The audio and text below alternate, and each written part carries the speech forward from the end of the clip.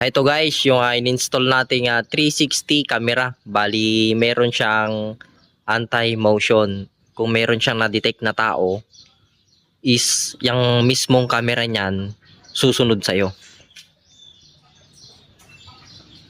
Ayan. Tapos, pag pumunta ka sa kabila, susunod yan.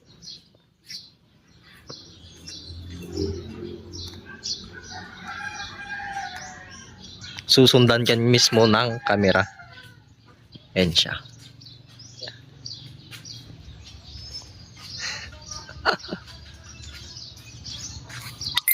Punta yan.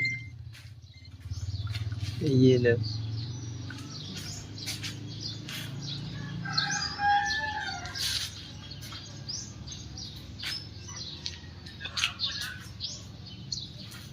Yan yung kagandahan ng 360 camera.